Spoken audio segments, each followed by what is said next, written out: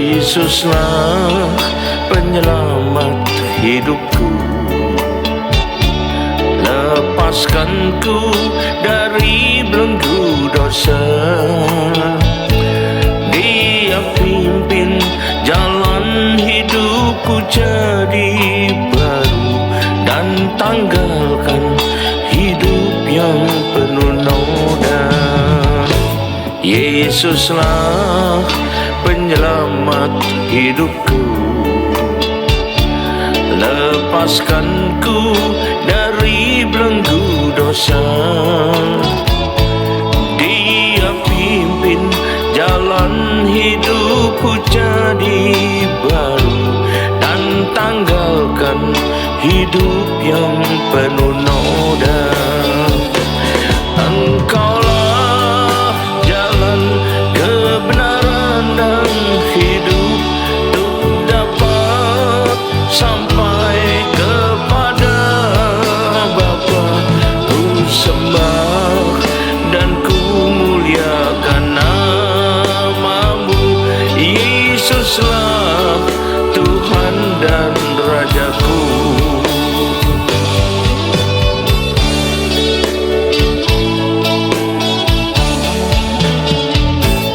Yesuslah penyelamat hidupku, lepaskanku dari belenggu dosa. Dia pimpin jalan hidupku jadi baru, dan tanggalkan hidup yang penuh noda. Engkaulah jalan kebenaran dan hidup, untuk dapat sampai kepada Bapa. Ku sembah dan ku muliakan namamu.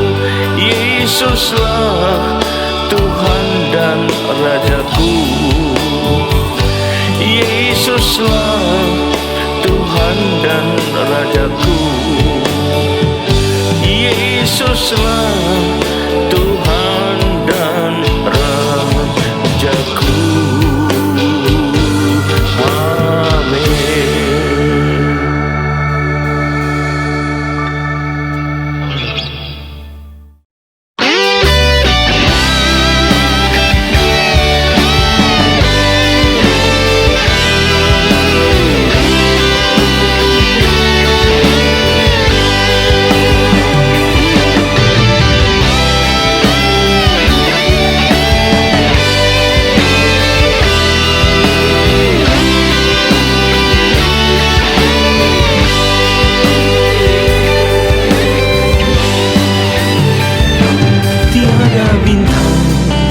Lebih indah darimu, tiada permata cemerlang sepertimu,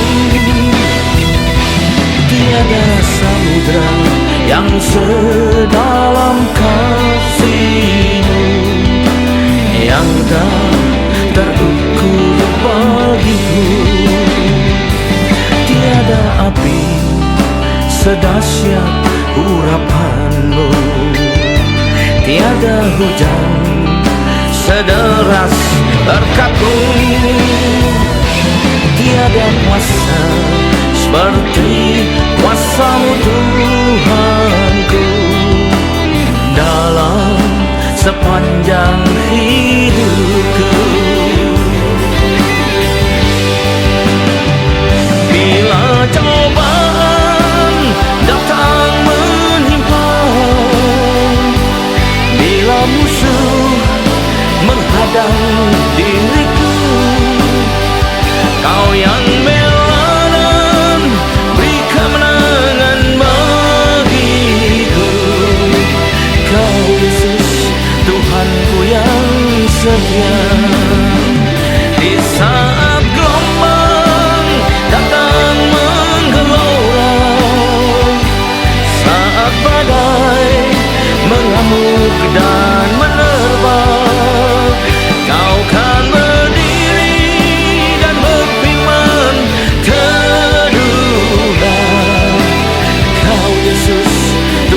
Tuhanku yang setia.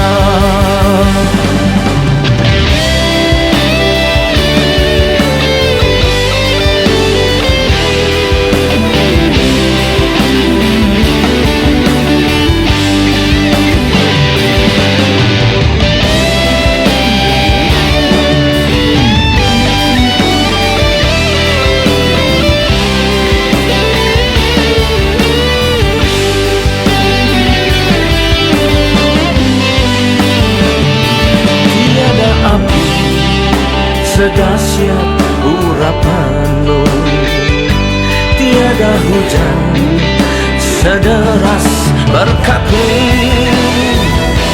tiada kuasa seperti kuasamu Tuhanku dalam sepanjang hidupku. Bila cobaan datang menimpa, bila musuh menghadang diriku, Kau yang bela dan beri kemenangan bagiku. Kau Yesus Tuhanku yang setia. Di saat gelombang datang menggelora, saat badai mengamuk dan menerpa, Kau kan berdiri dan berfirman, teduhlah. Kau Yesus Tuhanku yang setia. Kau Yesus Tuhanku yang setia. Kau Yesus Tuhanku yang setia. Haleluya.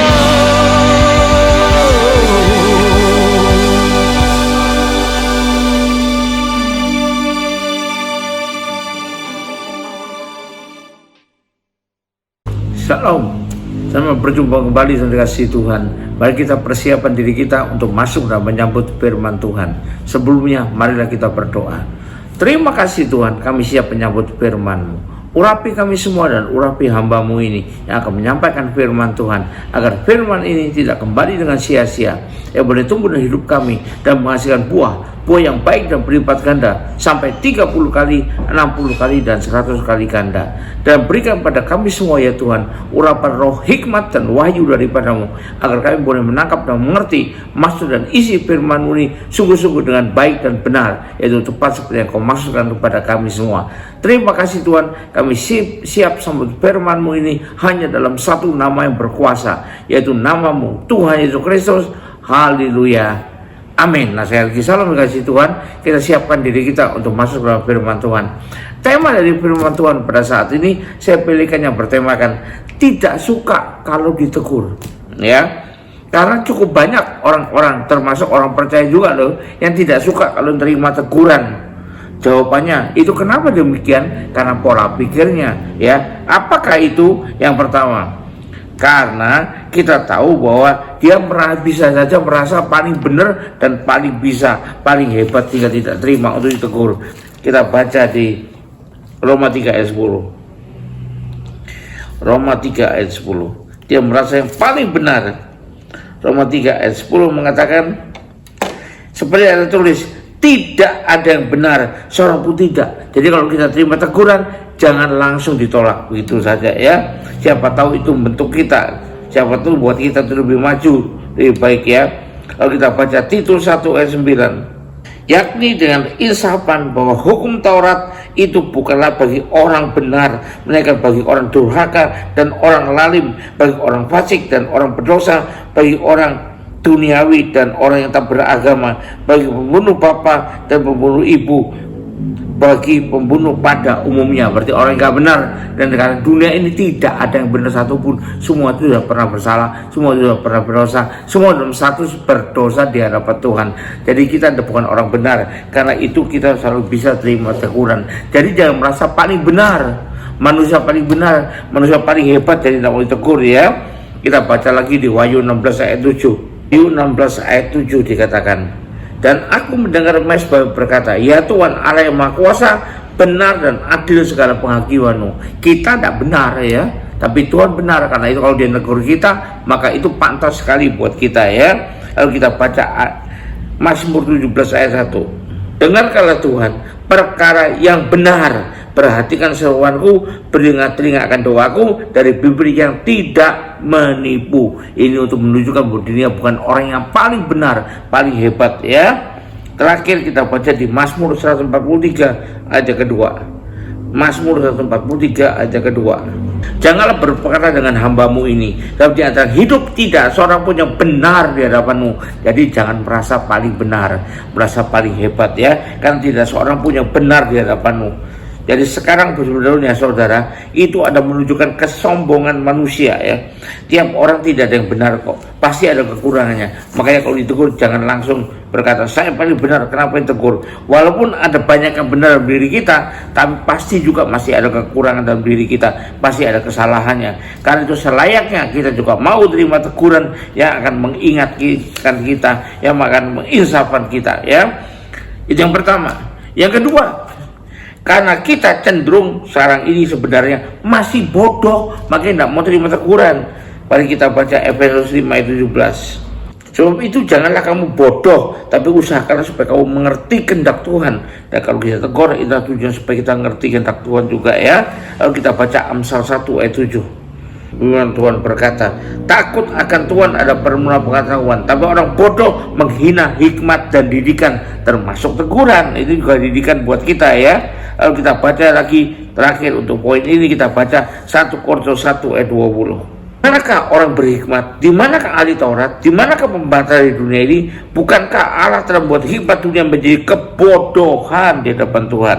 Ya, karena itu kalau kita terima teguran, ya kita harus maklum karena kita masih bodoh sebenarnya. Ya, karena itu kita jangan menolak untuk ditegur, jangan tidak suka pada teguran. Yang berikutnya, padahal kita sangat membutuhkan, karena itu akan membuat kita bisa menjadi orang yang rendah hati ya. Kita baca 1 Petrus 5 ayat 5. Teguran itu bisa buat kita menjadi rendah hati ya. 1 Petrus 5 ayat ke-5 dan 6. 1 Petrus pasal 5 ayat ke-5 dan 6. Demikian jugalah kamu ya orang-orang muda, tunduklah kepada orang tua, dan kamu semua rendahkanlah dirimu terhadap yang lain, sebab Allah menantang orang yang congkak, tapi mengasihani orang yang rendah hati. Karena itu rendahkan dirimu di bawah tangan yang kuat, Tuhan yang kuat, supaya kamu ditinggikannya pada waktunya. Jadi ini membuat kita merendahkan hati, buat kita bisa rendah hati untuk ditinggikan oleh Tuhan. Ya, ini yang bisa kita baca dari ayat ini. Kalau orang tidak mau merendahkan diri, maka sulit baginya untuk menerima teguran dari Tuhan atau teguran berdasar firman Tuhan. Padahal teguran itu bisa membuat kita makin mawas diri. Nah, itu kita perlu ketahui dan perlu kita ingat ya. Yang berikutnya, kenapa orang tidak boleh tegur? Karena pikirannya yang sempit ya. Kita baca 2 Korintus 4 ayat 4. Yaitu orang-orang yang tidak percaya, yang pikiran telah dibutakan oleh ilah zaman ini, sehingga mereka tidak melihat cahaya Injil tentang kemuliaan Kristus yang adalah gambaran Allah ya. Pikirannya masih sempit. Kita baca lagi Efesus 4 ayat 23. Kamu diperbaharui dalam roh dan pikiranmu, jadi nggak lagi sempit ya. Baca lagi Kolose 3 ayat 2. Pikirkanlah perkara di atas, bukan yang di bumi. Kalau pikiran di bumi terus, pikiranmu di mata Tuhan sempit sekali. Makanya kamu tidak bisa terima teguran, walaupun itu berdasar firman Tuhan.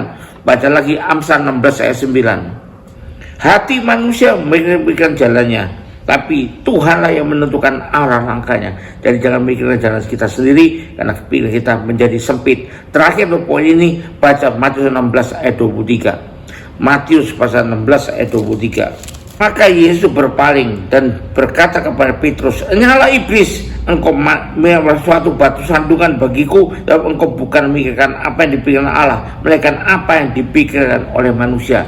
Pikirannya sempit. Nah, untuk memiliki jiwa yang besar, untuk bisa lapang dada, maka perlu sekali kita mau menerima teguran karena kita belum sempurna ya, harus banyak belajar, dan teguran itu seringkali bisa menyempurnakan kita, bisa mengajari kita. Jadi kesimpulannya apa dong? Jangan kita menjadi orang yang tidak mau ditegur, karena kita belum manusia sempurna. Jadi kita bisa dapat teguran itu menyempurnakan kita, bisa dan teguran itu membentuk hidup kita biar lebih sesuai dengan firman Tuhan. Haleluya, puji Tuhan. Mari kita akhiri ibadah ini dan terima berkat dari Tuhan. Janganlah jadi orang yang tidak mau menerima teguran, tapi pertimbangan baik-baik teguran itu apakah sesuai dengan firman Tuhan. Kalau betul-betul sesuai, terima dengan lapang dada. Haleluya, puji Tuhan. Mari kita akhiri ibadah ini dengan terima berkat dari Tuhan. Angkat dua tanganmu, kembalilah ke aktivitas masing-masing dengan berkat yang terbaik dari Allah Bapa di sorga, dengan kasih karunia dan damai sejahtera dari Tuhan kita Yesus Kristus, juga dengan persekutuan, pertolongan, penghiburan, kekuatan, dan terutama urapan yang perlu Roh Kudus yang memberikan pada kita teguran untuk membuat kita lebih maju lagi dan lebih baik di hadapannya. Dan biar itu menyertai kita mulai saat ini sampai sepanjang tahun ini, sampai Maranatha Tuhan Yesus datang kembali. Haleluya, puji Tuhan. Haleluya, Tuhan berkati. Sampai jumpa.